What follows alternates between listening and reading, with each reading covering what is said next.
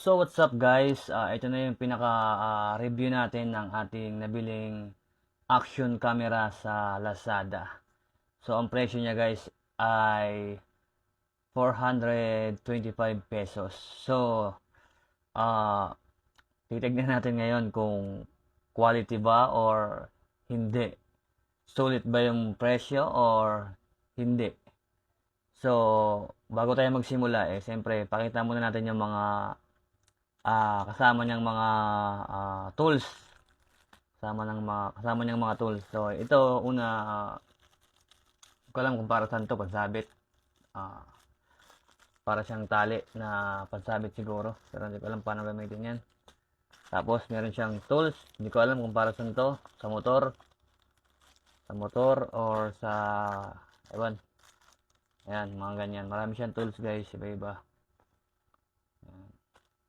May tools siya guys. Meron din siyang manual yan. Siyempre, ito ang pinaka ano niya, yung pinaka waterproof niya. Ito. Yan ang pinaka waterproof niya. So, nasa inyo guys kung gusto niyo i-try bumili or hindi. At ito na pala siya guys. Chinarge ko lang kasi lobat siya. So, ayan yung lens niya. At yung kanyang battery magaan lang. Tingin ko hindi tatagal ng 1 hour siguro pagka ginamit natin pang video. Kaya chinarge ko muna siya. So, sa halagang 425 pesos, malalaman natin sa video niya kung goods ba o hindi. Pero para sa akin uunahan ko na kayo kasi masyadong mura 400 plus lang, no? So, wag tayo mag-expect na quality na video, no? So, kung gusto natin ng quality na video talaga doon tayo sa mga tagpa 5K, 7K, 3K pataas, mga ganyan ang kailangan natin bilhin na action camera. Pero yung mga ganitong camera para sa akin wala tayong maasahan na quality video dito or capture ng mga camera. Kasi yung presyo niya pa lang, 'di ba?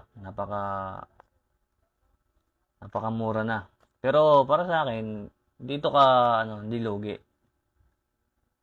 Dito sa ano na to, tawag dito. Waterproof case.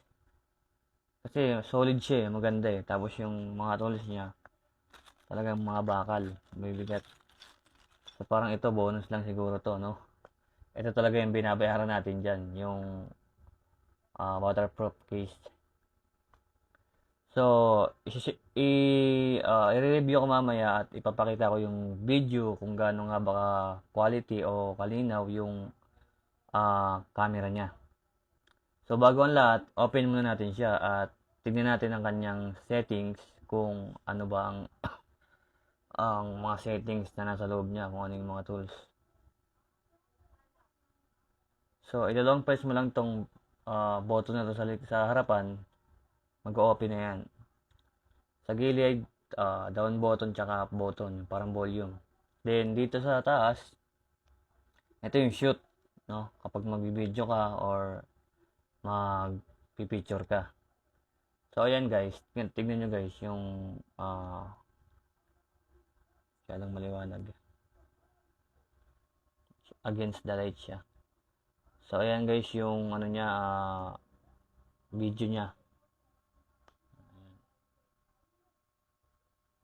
So, para sa akin guys, hindi siya ganun ka-quality. Pero kung naghahanap tayo ng mumurahin lang, talaga na pang video-video lang, pwede na to. Pero kung gusto mo talaga, quality, dun tayo sa talagang pricey na action camera. So, kapag hinanap mo yung settings guys, ito nga sa taas, long press mo lang siya para lumabas yung settings. So, ayan. Masyadong maliwanag. Ano ba yan? Ayan yung settings niya guys. So, meron ditong unang-una size. Yung pinaka-size ng capture ng camera kung gaano kalinaw. 1080p. Tapos yung time snap, naka-on, naka-off. So, andito na yung mga settings guys. Kayo na lang maghanap kung ano yung mga babaguhin ninyo or gagalawin ninyo dito. So, yun lang. Tapos, kapag ka magpipicture naman tayo, ayan, pipicturean ko yung ano ko, video ko. Papakita ko yan mamaya kung gano'ng kalinaw. Yan.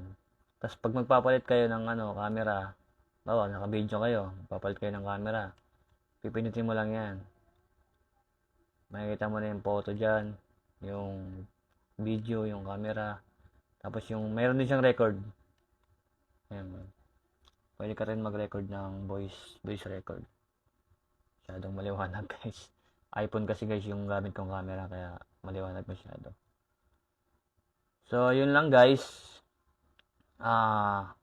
Pagkatapos ng sinasabi ko dito, i-upload ko na yung pinaka-video niya talaga, yung pinaka-capture ng action camera na to, kung goods ba o hindi. So, bala na kayo kung ano yung magiging reaction ninyo sa video na i-upload ko. So, let's go. So, ito guys yung video ng ating action camera. So, ayan yung quality niya.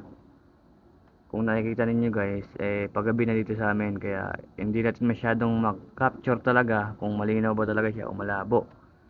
Pero para sa akin, yung camera niya is parang old lang na phone, no? Yung mga unang Android na labas. Ganoon lang ka-quality yung kanyang camera. Excuse me. So, yun lang guys ha. Sana bago kayo bumili, mag-review muna kayo ng mga ganitong video para kung sakaling mas gusto niyo mas malinaw, doon na kayo sa mas mahal kaysa sa ganitong mura. So, yun lang guys. Paalam.